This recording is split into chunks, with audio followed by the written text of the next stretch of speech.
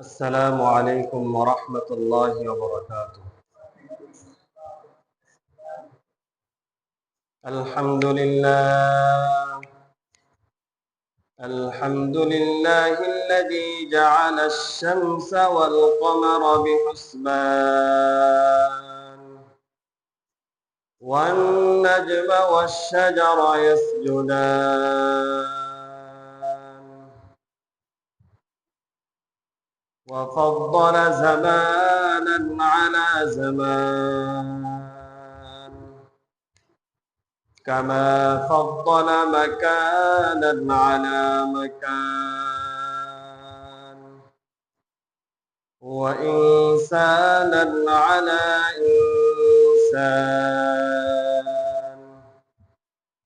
ونشهد أن لا إله إلا الله وحده لا شريك له لا ضد له ولا ند له ولا مثيل له ونشهد أن سيدنا وسندنا وحبيبنا وطبيب قلوبنا ومولانا محمدا عبده ورسوله أرسله بالحق بشيرا ونذيرا وداعيا إلى الله بإذنه وسراجا وقمرا منيرا.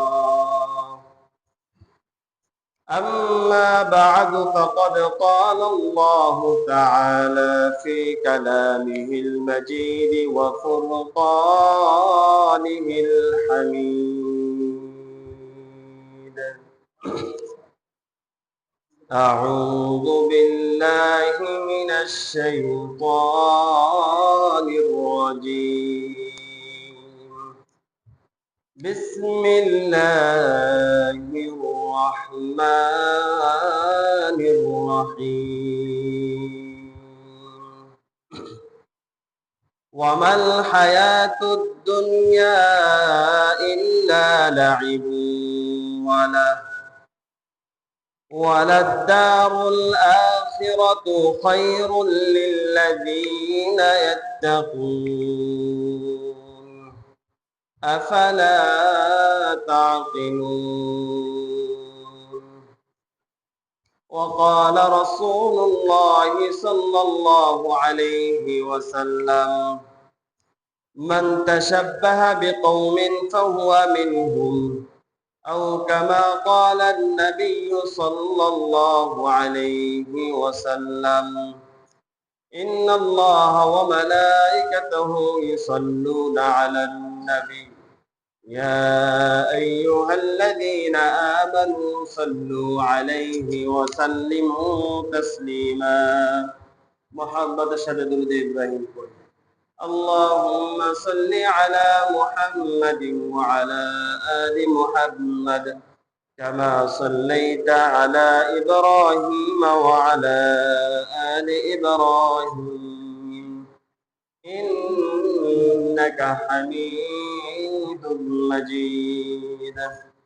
اللهم بارك على محمد وعلى آل محمد كما باركت على إبراهيم وعلى آل إبراهيم إنك حميد مجيد.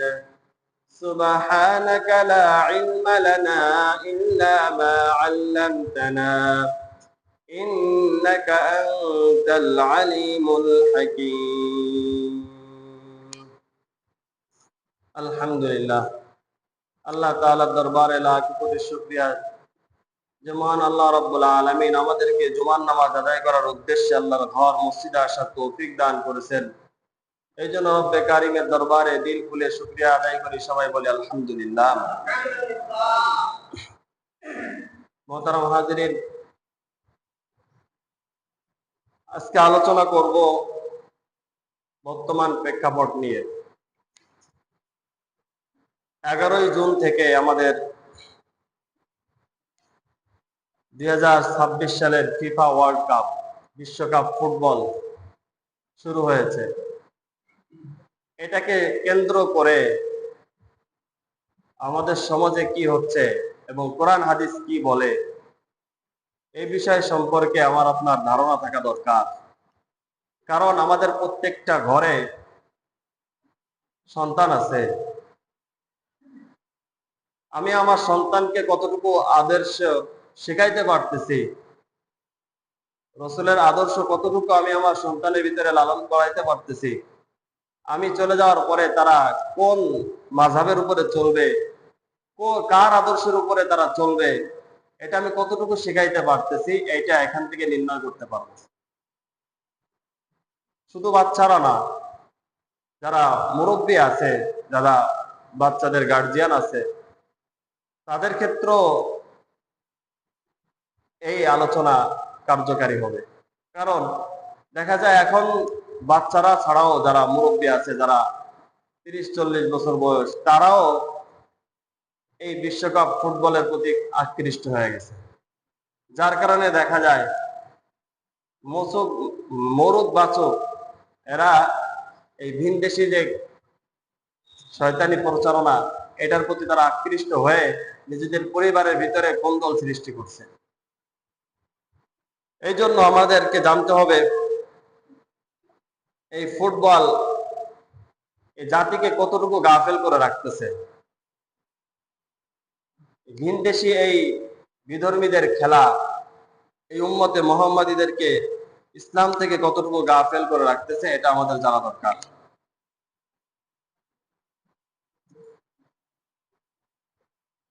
মোহতারাম হাজিরিন, শুরুতে আমাদের জেনে রাখা উচিত ইসলামের শরীর চর্চা নামে যদি কোনো খেলা থাকে, সেই খেলা বৈধ। যদি কোনো ব্যক্তি নিজের শরীর চর্চার জন্য ফুটবল খেলে বা শরীরের পরে ব্যায়াম হয় এমন কোনো জাতীয় যদি সে খেলাধুলা করে, ইসলামে এটা নিষেধ করে না। কারণ ইসলাম এমন একটা ধর্ম যা একটা মানুষের ভারসাম্য জীবন ব্যবস্থার জন্য এই ইসলাম যথেষ্ট। কোনো ব্যক্তি যদি ভারসাম্যপূর্ণ জীবন গ্রহণ করতে চায়, সে যদি ইসলামকে ফলো করে, সে অবশ্যই সুন্দরভাবে সে চলতে পারবে। ইসলাম মানুষের শরীর, মন, আত্মা সব কিছুর ব্যাপারে খেয়াল করে। যেমন ভাবে তার অভ্যন্তরীণ বিষয়গুলোকে ইসলাম খেয়াল করে, সেরকম ভাবে তার শারীরিক ভাবে তার কিভাবে যত্ন নিতে হবে, কিভাবে চলতে হবে, এটাও ইসলাম শিখাইয়া দিছে। আল্লাহ রাসূল সাল্লাল্লাহু আলাইহি ওয়াসাল্লাম নিজে দৌড় প্রতিযোগিতা দিচ্ছেন, ঘোড় দৌড় প্রতিযোগিতা করছেন, তীরান্দাজি, তীর তাক করা, এটাকে খেলছেন। যেগুলোর দ্বারা ইসলামের সৌন্দর্য ফুটে ওঠে, ইসলামের মানহানি হয় না, এমন সব খেলা যদি শরীর চর্চার উদ্দেশ্য হয়ে থাকে বা ইসলামের কালিমাকে বুলন্দ করার উদ্দেশ্য হয়ে থাকে, তাহলে এই সমস্ত খেলা বৈধ। এটা পজিটিভ সাইড বলা হলো। কোন ব্যক্তি যদি শরীর চর্চার জন্য দৈনিক ফুটবল খেলে, ইসলাম তাকে নিষেধ করবে না। তবে শর্ত হলো তার সতর ঠিক রাখতে হবে। হাঁটুর উপরে ওঠা যাবে না কাপড়, হাঁটুর নিচে থাকতে হবে। সতর ইসলামের বহির্ভূত কোনো কাজ যদি তার দ্বারা প্রকাশ না পায়, সে যদি শরীর চর্চার জন্য খেলাধুলা করে, ইসলাম এটাকে নিষেধ করবে না। ইসলামের বহির্ভূত কোনো কাজ যদি ভিতরে চলে আসে, তাহলে ওইটা আপনি যে উদ্দেশ্যে করেন না কেন, ওটা আপনার জন্য হারাম। তো শরীর চর্চার জন্য খেলাধুলা ইসলামে হারাম না। আল্লাহ রাসূল সাল্লাল্লাহু আলাইহি ওয়াসাল্লাম হাদিসের ভিতরে বলেন, আল মুমিনুল কাবিয়্যু খায়রুন ওয়া আহাব্বু ইলাল্লাহি মিনাল মুমিনিদ দাঈফ।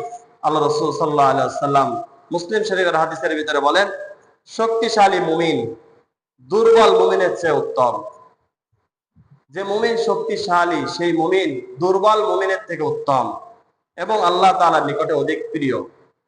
এই হাদিস থেকে বোঝা যায়, কোন মুমিন যদি নিজের শরীরকে চর্চা করার মাধ্যমে শক্তি অর্জন করে, এটা আল্লাহ তাআলার নিকটে অনেক পছন্দনীয়।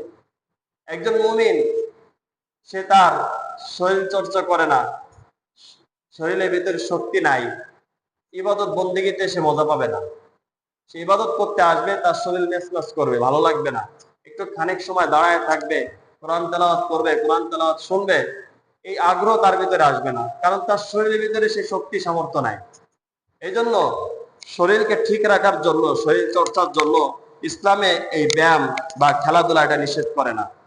মুসান্নেফে ইবনে আবি শাইবার 26,317 নম্বর হাদিসের ভিতরে আল্লাহ রাসূল সাল্লাল্লাহু আলাইহি ওয়াসাল্লাম বলেন, আলাইকুম বির-রাময়ি ফাইন্নাহু মিন খায়রি লাহবিকুম।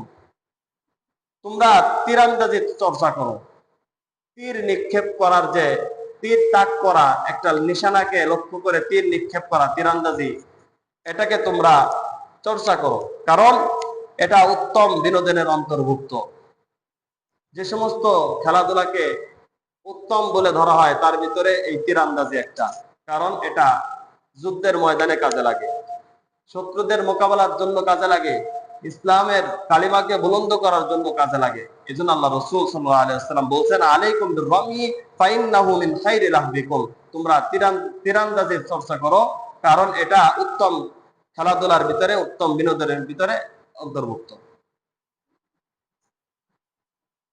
ইসলাম যে সমস্ত খেলাধুলা বৈধ রেখেছে তা শরীরকে শক্তিশালী করে তোলে এবং চরিত্র নষ্ট করে না।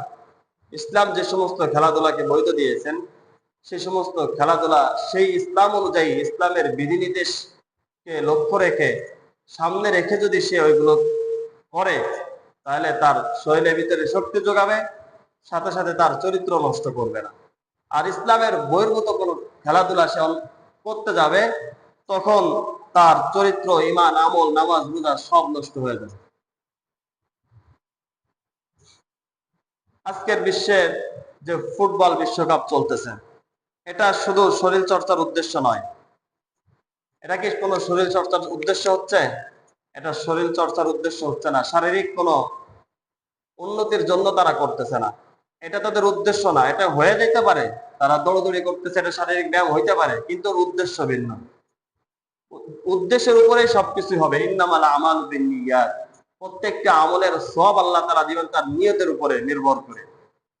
যারা এই যে বিশ্বকাপ খেলতেছে, যারা, এদের উদ্দেশ্য তো শরীর চর্চা নয়, তাদের উদ্দেশ্য, এটা একটা ব্যবসা পরিণত হয়েছে, ব্যবসা, জুয়া, উন্মাদনা, অহংকার, অশ্লীলতা, গাফলতের একটা বিনোদন এটা। এই বিশ্বকাপকে কেন্দ্র করে হাজার হাজার মানুষ, কোটি কোটি মানুষ জুয়ায় নিমজ্জিত হচ্ছে, জুয়া ধরতেছে, একে অপরের সাথে মারামারি হানাহানি হচ্ছে, অহংকার করতেছে, নামাজ রোজা, নিজের আখিরাতের পুঞ্জিকে সে নষ্ট করতেছে। এই দুনিয়ার খেল তামাশায় ডুবে থাকা ব্যাপারে কোরআন কি বলে?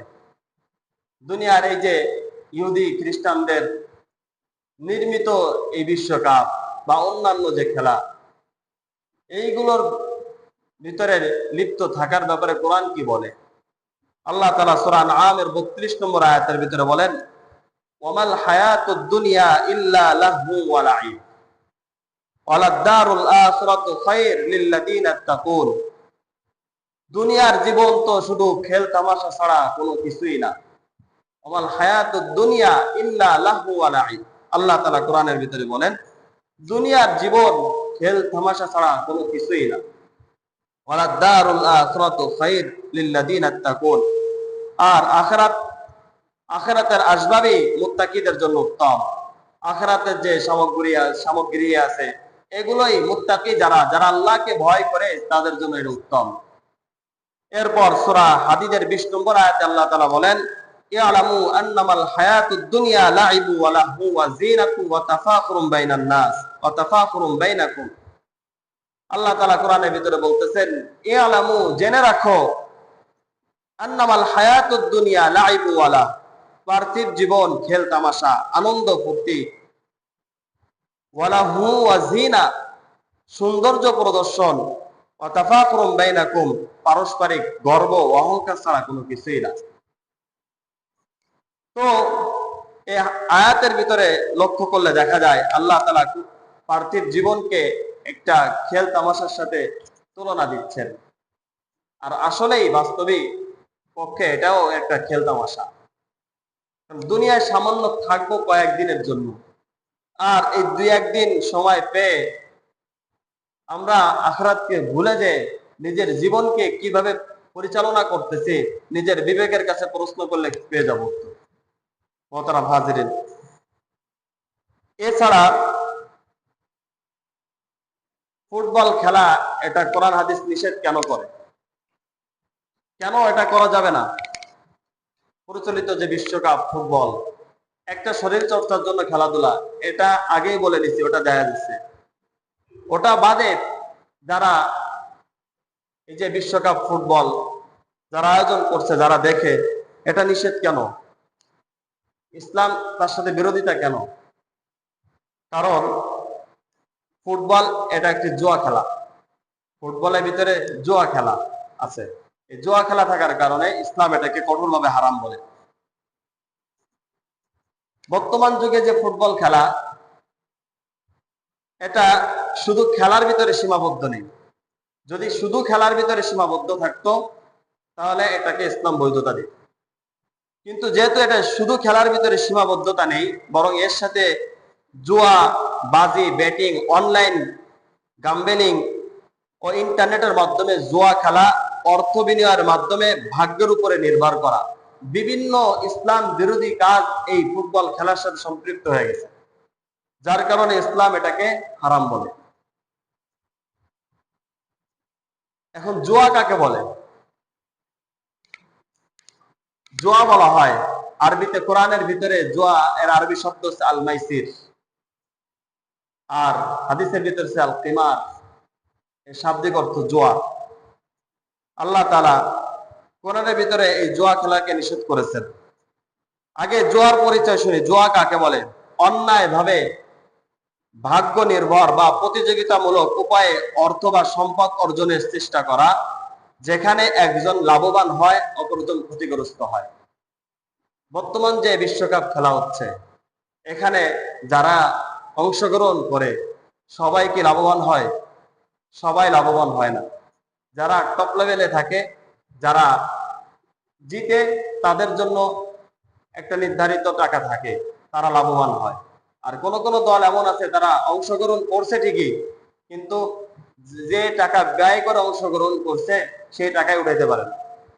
তো দেখা যায় একদিক থেকে এক গ্রুপ লাভবান হচ্ছে, আরেক দিক থেকে ক্ষতিগ্রস্ত হচ্ছে। এটাকে কোরআনের ভাষায় জুয়া বলে। যেমন জুয়ার আরো কিছু ধরন আছে।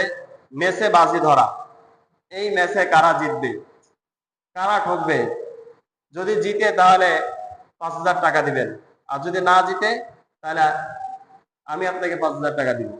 এই দ্বিপাক্ষিক উভয় পক্ষ থেকে যে বাজি ধরা, এটা শরিয়াতে হারাম। এটা বাজি, এটা জুয়া, উভয় পক্ষ, এটা করা যাবে না। এরপরে এই ম্যাচে যে জিতবে সে টাকা নিয়ে যাবে। এবারে অনলাইনে ব্যাটিং, প্রচুর পরিমাণে অ্যাড দেয় অনলাইন ব্যাটিং, এটাও জুয়া, অনলাইন জুয়া। ওখানে টাকা ইনভেস্ট করবে, এরপরে যদি জিতে তাহলে টাকা পাবে, না পাইলে বাস ওই টাকা কেটে নিয়ে যাবে। একদিকে এক দল লাভবান হচ্ছে, আরেক দিক থেকে ক্ষতিগ্রস্ত হচ্ছে। তো এই ফুটবলের সাথে এই জুয়া সম্পৃক্ত হওয়ার কারণে এই ফুটবলকে হারাম করা হয়েছে।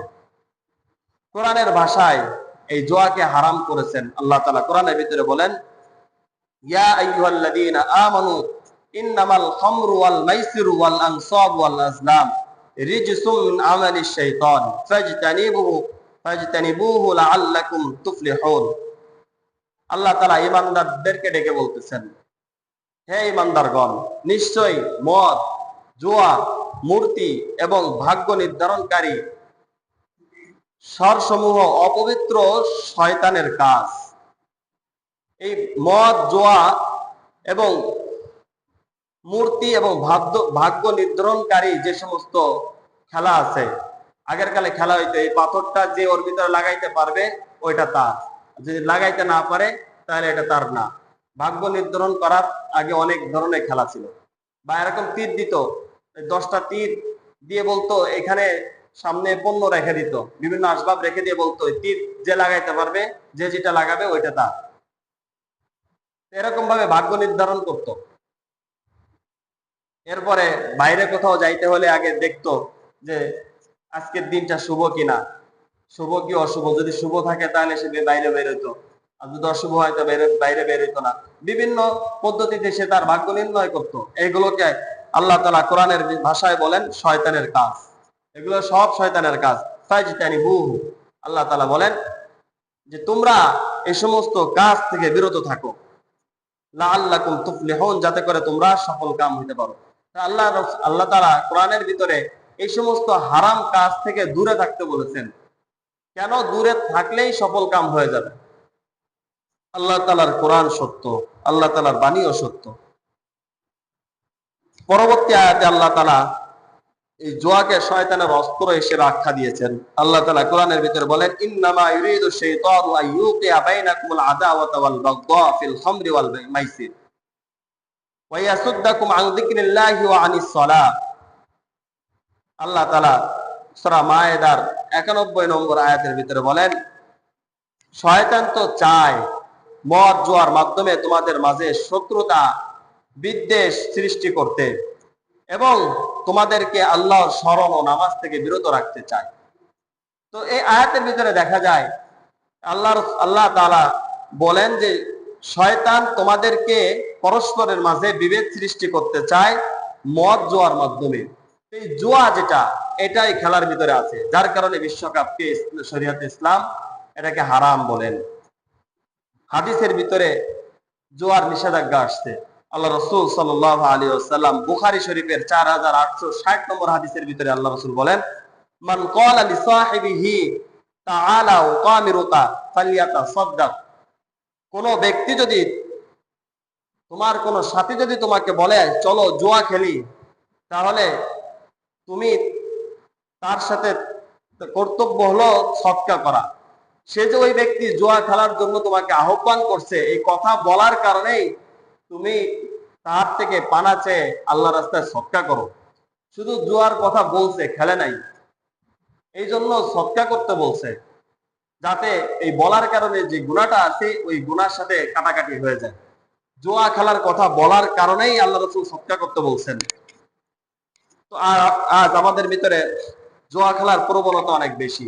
বিভিন্ন চার দোকানে দেখবেন সেই সন্ধ্যার পরে বিড়ি একটা নিয়ে বিভিন্ন, ওটাকে কাঠ না তাস বলে জানি না, ওইটাকে নিয়ে খেলাধুলা করে। রাত 10টা 11টা হয়, পকেটে টাকা নিয়ে যায়, ওই টাকার বাড়ি ফিরে আনতে পারে না। কেউ নিয়ে যায় আর কেউ বিলাই দিয়ে আসে। এগুলো সব জুয়া খেলা, এগুলো হারাম। কোরআনে নিষেধ করছেন, হাদিসে নিষেধ করছে। কোরআন হাদিসকে উপেক্ষা করে আমি আপনি চলতে পারি না, কারণ আমার আপনার যে শরীর, এটা তো আল্লাহ তাআলার, ওই আল্লাহ তাআলাই নিষেধ করছেন। আমার আপনার ইচ্ছা থাকতে পারে না, কারণ শরীরটা আমার না। আমার যদি হইতো তাহলে আমার ইচ্ছা কাজ হইতো। শরীরটা আল্লাহ তাআলার। আল্লাহ আমাকে আমার কাছে আমানত দিছে। হাত আমার কাছে আমানত, চোখ আমার কাছে আমানত, আমার পা আমার কাছে আমানত, আমার অন্তর এটা আমার কাছে আমানত। আর আমানতের ব্যবহার কেমন হওয়া উচিত? আপনার কাছে কেউ 10,000 টাকা রাখছে আমানত, আপনি ওই আমানতের টাকা ব্যয় করতে পারবেন না, খরচ করতে পারবেন না। ওই আমানতের টাকা যেমনে দিছে, যেভাবে মোড়ায় দিছে, ওইভাবে আপনাকে তার কাছে পৌঁছায় দিতে হবে। আল্লাহ তাআলা আপনাকে এই গোটা শরীর দিছে, এটা একটা আমানত। আপনাকে এই আমানত বুঝাই দিতে হবে আল্লাহ তাআলার কাছে। আপনি এই আমানতের অপব্যবহার করবেন, আল্লাহ তাআলা আপনাকে মুআখাযা করবে, আপনাকে পাকড়াও করবে। আপনি কি উত্তর দিবেন? তো আল্লাহ তাআলার এই আমানত আমাদেরকে রক্ষা করা উচিত। এই ফুটবল ব্যাটিং জুয়া খেলা, এটা কেন হারাম? 1 নম্বর কারণ হলো এই ব্যাটিং এর মাধ্যমে যে টাকা সম্পদ অর্জন করে, এটা অন্যায় ভাবে অর্জন করা হয়েছে, অন্যায় ভাবে। হাদিসের আল্লাহ তাআলা কোরআনের ভিতরে বলেন, ওয়ালা তাকুলু আমওয়ালাকুম বাইনাকুম বিল বাতিল।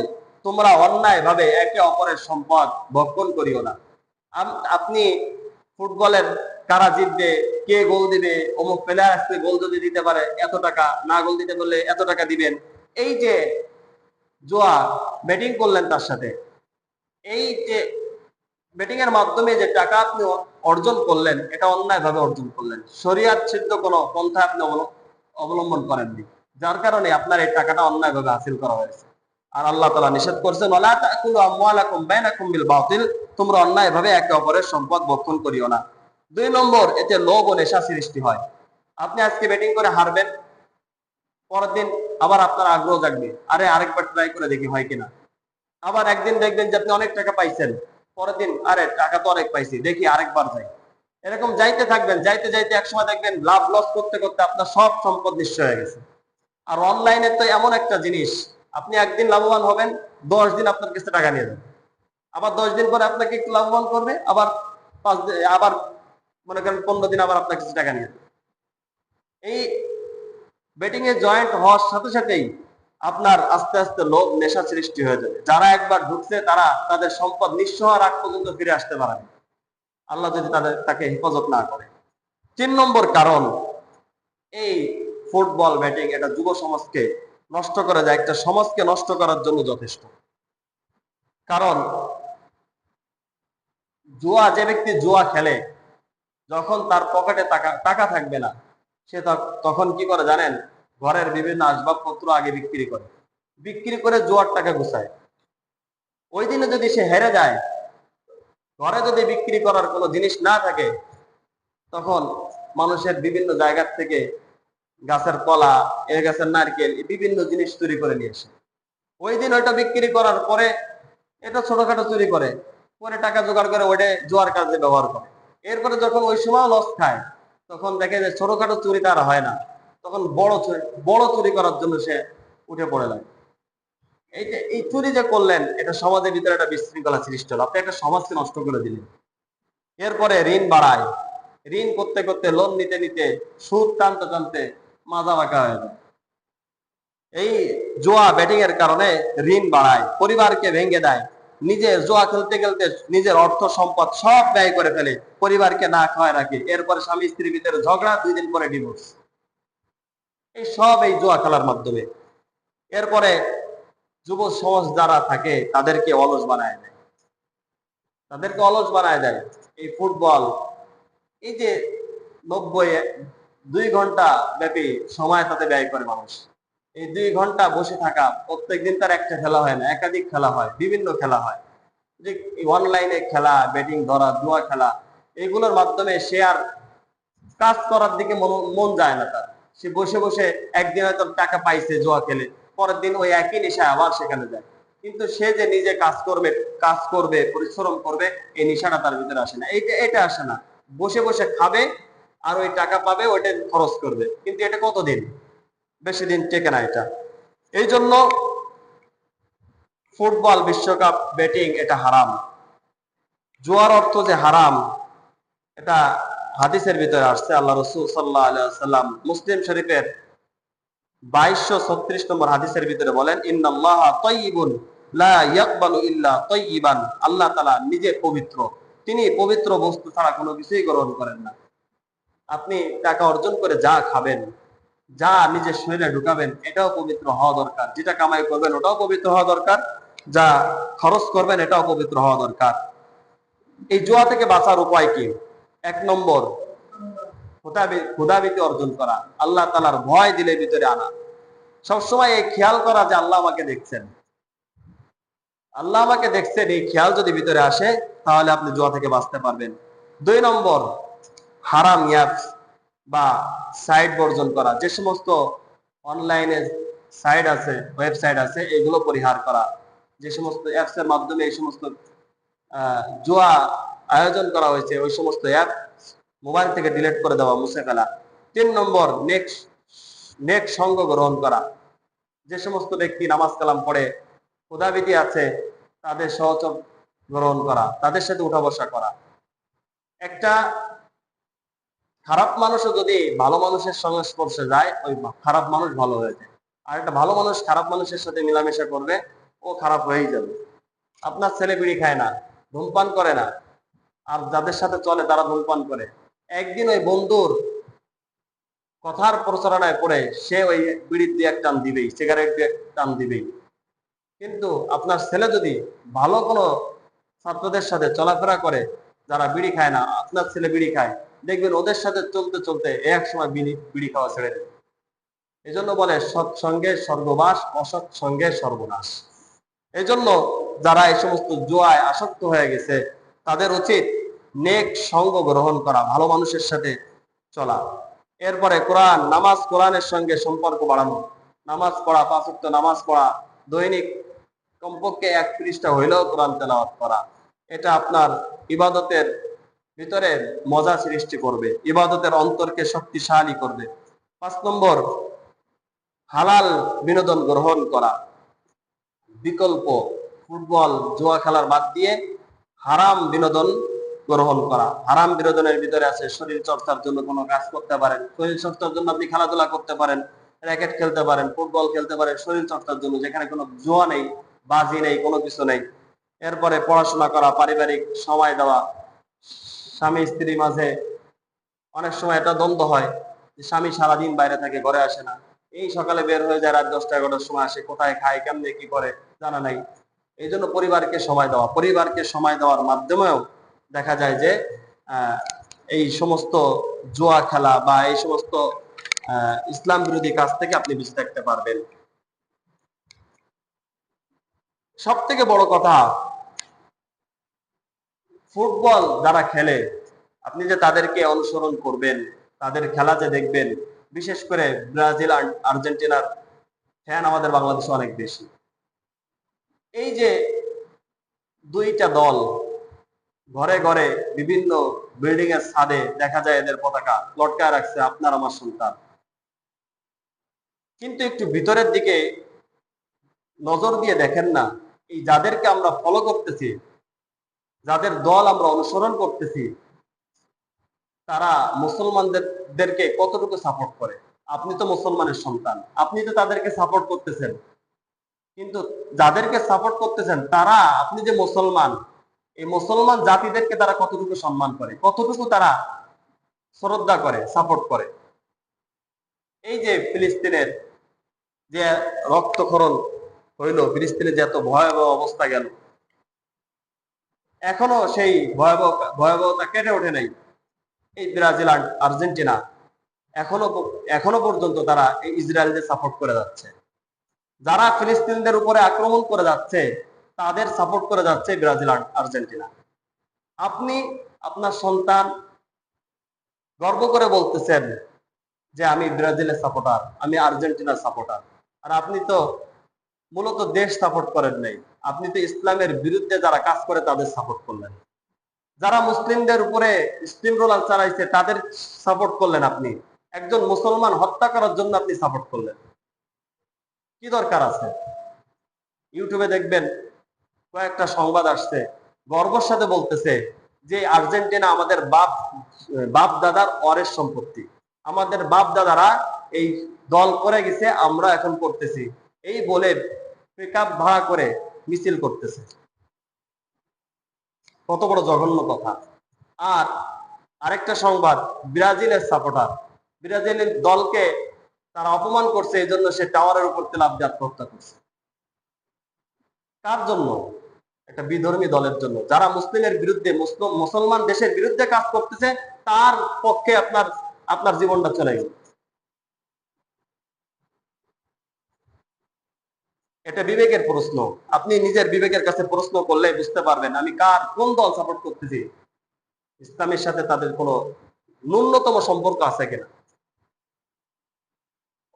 অনুরোধ থাকবে যাদের বাসায় এই সমস্ত ব্রাজিল আর্জেন্টিনা পতাকা আছে, এই সমস্ত পতাকা নামায়া কালিমার পতাকা উত্তোলন করবেন, ইসলামকে সাপোর্ট দিবেন।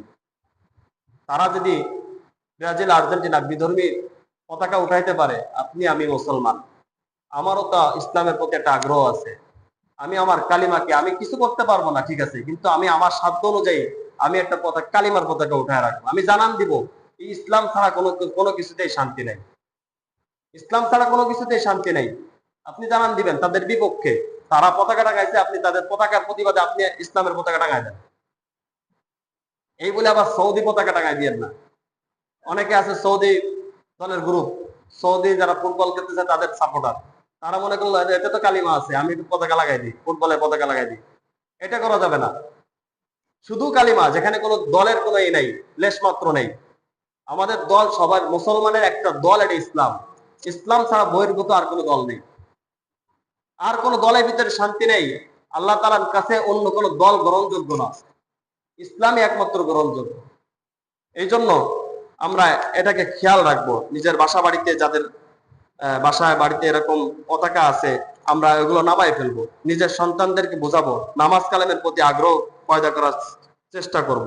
এই ফুটবল সামাজিক কিছু ক্ষতি করে। 1 নম্বর, ঝগড়া বিবাদ এগুলো তৈরি করে।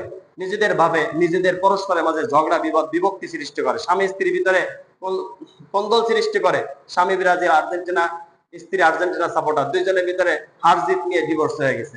বহু ঘটনা আছে, আপনারা ইসে পাবেন, সংবাদে পাবেন। এরপরে অপচয়, বিলাসিতা চলে আসে। দেখবেন বাংলাদেশের কোন এক ভক্ত আছে, জার্মানের সাপোর্টার, সে 8 কিলোমিটার ব্যাপী একটা করছে, জমি বেচে যে পতাকা তৈরি করছে। কি দরকার আছে অপচয় করার? ইন্নাল মুবাজ্জিরিনা কানু ইখওয়ানা শায়াতিন, যারা অপচয় করে এটা শয়তানের খালাতো ভাই। তারা মনে করতেছে এটা খুব বিষয়, খুব একটা গর্বের কাজ। সে নামাজও পড়ে, সবকিছু পড়ে, আবার জার্মানি 8 কিলোমিটার পতাকা। কল্পনা করা যায়, জমি বেচে সে পতাকা বানাইছে। এই অপচয়, বিলাসিতার ভিতরে সময় নষ্ট করা যাবে না। 3 নম্বর ক্ষতি হলো অশ্লীলতা, বেপর্দা সংস্কৃতি। এইগুলোর মাধ্যমে, মিডিয়ার মাধ্যমে দেখবেন যারা খেলা দেখতে আসে স্টেডিয়ামের ভিতরে, তাদের বেপর্দা মেয়েদেরকে ছবি এখানে দেখায়। এরপরে যারা খেলা করে হাঁটুর উপরে কাপড়, সতর আগলা করে। যারা সতর খোলা রাখে, যারা খোলা রাখে তাদেরও গুনাহ হয়, যারা দেখে তাদেরও গুনাহ হয়। এর ভিতরে এই অশ্লীলতা, বেপর্দা সংস্কৃতি অনেক কিছুই আছে। এই জন্য আমাদেরকে এই সমস্ত বিধর্মিক কালচার থেকে বেঁচে থাকতে হবে। আমি নিজে বেঁচে থাকবো, আমার নিজের সন্তান সন্ততির যারা আছে তাদেরকে বেঁচে রাখার, এর থেকে দূরে রাখার চেষ্টা করবো। ইয়া আইয়ুহাল্লাযীনা আমানু কু আনফুসাকুম ওয়া আহলিকুম নারা, নিজে বাঁচো, নিজের অধীনস্থ যারা আছে তাদেরকে বাঁচাও। আমি নিজে বাঁচবো, নিজের অধীনস্থ যারা আছে তাদেরকে বাঁচবো। যারা আমার কথা মানে, দুই একটা কথা বললে মানবে, তাদেরকে আমরা এই কথা বলবো। তাদেরকে এই সমস্ত বিধর্মী কাজ থেকে বেঁচে রাখার চেষ্টা করব। আল্লাহ তাআলা আমাদেরকে দিনের উপরে অটল রাখার এবং সময়কে মূল্যায়ন করার তৌফিক দান করেন।